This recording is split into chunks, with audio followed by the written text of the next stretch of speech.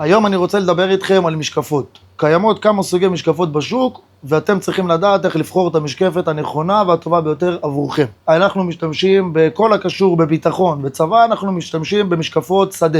כל שאר סוגי המשקפות לא רלוונטיים אלינו. מה שקיים אלה שתי סוגים של משקפות שדה, שבעצם עושות העבודה, חשוב לדעת את ההבדל ביניהם. ההבדל הראשון שקיים זה קודם כל אם אנחנו משתמשים במשקפת רק באור יום, או שאנחנו משתמשים במשקפת גם במצב של צללים ושל אור נמוך ושל בין הערביים.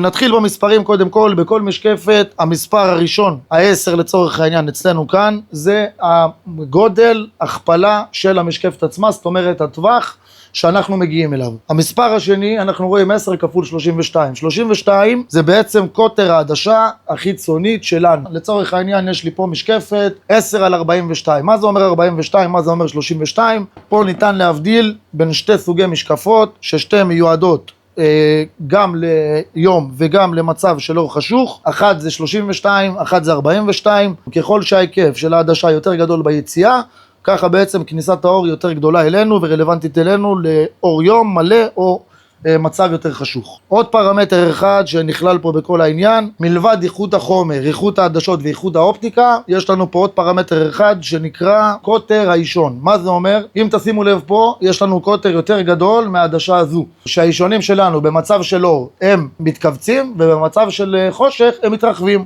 המשקפת שמיועדת לאור יום מלא ולא תעבוד לנו במצב חשוך, קוטר העין שלו יותר קטן. למה? כי ברגע שאנחנו עובדים עם אור, בעצם גודל האישון שלנו הוא קטן. במצב של לילה, ברגע שהתאורה היא חלשה יותר והאזור חשוך, האישון שלנו פשוט הוא גדל, וככה ככל שקוטר האישון יותר גדול בעדשה, ככה אנחנו נוכל גם לראות יותר טוב ויותר בבהירות במצב של חושך. בנוסף, אצלנו תוכלו לרכוש את כל סוגי המשקפות ולקבל ייעוץ לגבי המשקפת שמתאימה עבורכם. הקישור נמצא בפרופיל למטה.